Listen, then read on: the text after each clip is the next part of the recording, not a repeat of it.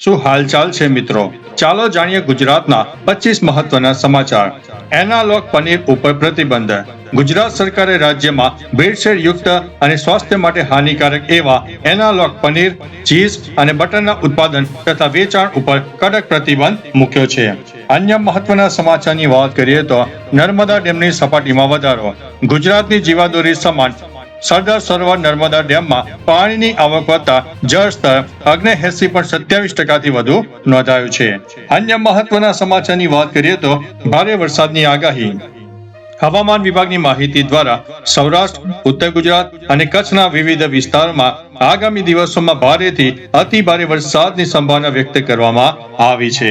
અન્ય મહત્વના સમાચારની વાત કરીએ તો શાળાઓમાં રવિવારના વર્ગો. અમદાવાદની શાળામાં અભ્યાસક્રમ પૂર્ણ કરવા માટે રવિવારે સ્વૈચ્છિક વર્ગો યોજવાની મંજૂરી આપવામાં આવી છે.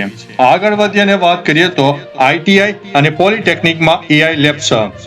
ડેટા સાયન્સ અને એઆઈ લેબ્સની સ્થાપના માટે ગુજરાતની 20 આઈટીઆઈ અને 17 પોલિટેકનિક કોલેજોની પસંદગી કરવામાં આવી છે. અન્ય મહત્વના સમાચારની વાત કરીએ તો પાટણમાં ખરીફ પાકને નુકસાન. રાધનપુર અને સરહદી સાંતલપુર પંથકમાં ભારે વરસાદના કારણે ખેતરોમાં પાણી ભરાઈ રહેતા ખરીફ પાકને વ્યાપક નુકસાન થયું છે. આગળ વધીએ અને વાત કરીએ તો સાયબર ક્રાઇમ એલર્ટ. વોટ્સએપ પર આરટીઓ ચલણ.એપીકે ફાઇલ મોકલીને થતા સાયબર ફ્રોડથી સાવચેત રહેવા માટે ગુજરાત સાયબર સેલે નાગરિકો માટે એડવાઇઝરી જારી કરી છે. અન્ય મહત્વના સમાચારની વાત કરીએ તો સુરેન્દ્રનગરમાં પાક ધોવાણ. ઝાલાવાડ વિસ્તારમાં અતિવૃષ્ટિના કારણે કપાસ અને દાડમ સહિતના ઉભા પાકને ભારે નુકસાન પહોંચ્યું છે. આગળ વધીને વાત કરીએ તો પૂરગ્રસ્ત વિસ્તારમાં વીજ પુરવઠો પુનઃ શરૂ. સુરતના કીમ વિસ્તારના પૂરગ્રસ્ત ભાગોમાં વીજ કંપનીના કર્મચારીઓએ બોટમાં ફરીને વીજ પુરવઠો પુનઃ કાર્યરત કર્યો છે. અન્ય મહત્વના સમાચારની વાત કરીએ તો ગૌવંશ બચાવ કામગીરી.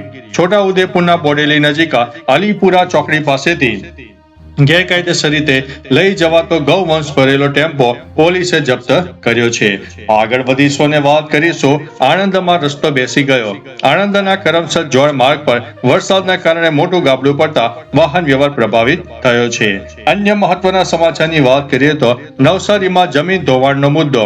કાંઠા વિસ્તારમાં ટાઇડલ ડેમના નિર્માણને કારણે ખેતીની જમીનોનું ધોવાણ થતા સ્થાનિક ખેડૂતોમાં રોષ જોવા મળ્યો છે. અન્ય મહત્વના સમાચારની વાત કરીએ તો વડોદરામાં મગર રસ્તા પર આવ્યો. વડોદરાના જાંબુઆ બ્રિજ નજીક નેશનલ હાઈવે પર મહાકાય મગર આવી જતા થોડીવાર માટે વાહન ચાલકોમાં કૌતુક અને ભય પણ ફેલાયો છે. અન્ય મહત્વના સમાચારની વાત કરીએ તો શિક્ષણ ક્ષેત્રે કચ્છનો સુધારો. સરકારી શાળાઓની ગુણવત્તા અને ઇન્ફ્રાસ્ટ્રક્ચરમાં સુધારા સાથે કચ્છ જિલ્લો શિક્ષણ ક્ષેત્રે રાજ્યમાં રોલ મોડેલ બન્યો છે. આગળ વધીને વાત કરીએ તો બાયોમેડિકલ વેસ્ટ સામે કડક કાર્યવાહી.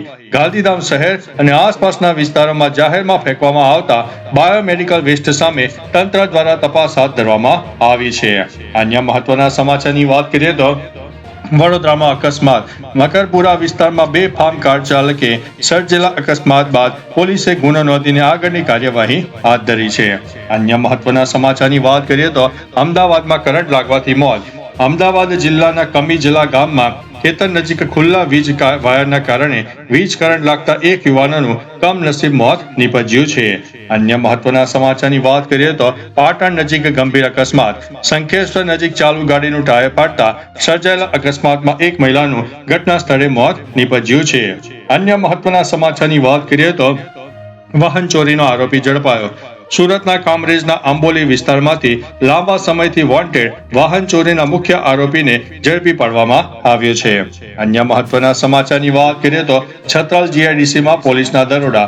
ગાંધીનગર નજીકના છત્રાલ ઔદ્યોગિક વિસ્તારમાં ગેરકાયદેસર પ્રવૃત્તિઓ અટકાવવા પોલીસે મોટું કોમ્બિંગ ઓપરેશન હાથ ધર્યું છે. આગળ વધીને વાત કરીએ તો ગ્રામીણ વિકાસ માટે ગ્રામ સભાઓ. પાટણ જિલ્લાના વિવિધ ગામોમાં માળખાકીય સુવિધાઓ અને સ્થાનિક પ્રશ્નોના નિકાલ અર્થે ખાસ ગ્રામ સભાનું આયોજન કરવામાં આવ્યું છે. અન્ય મહત્વના સમાચારની વાત કરીએ તો રખડતા ઢોરોનો ત્રાસ. રાજકોટના જસદણ શહેરમાં રખડતા પશુઓના આતંકને કારણે સ્થાનિક રહીશો અને વેપારીઓએ તંત્ર સમક્ષ વિરોધ નોંધાવ્યો છે.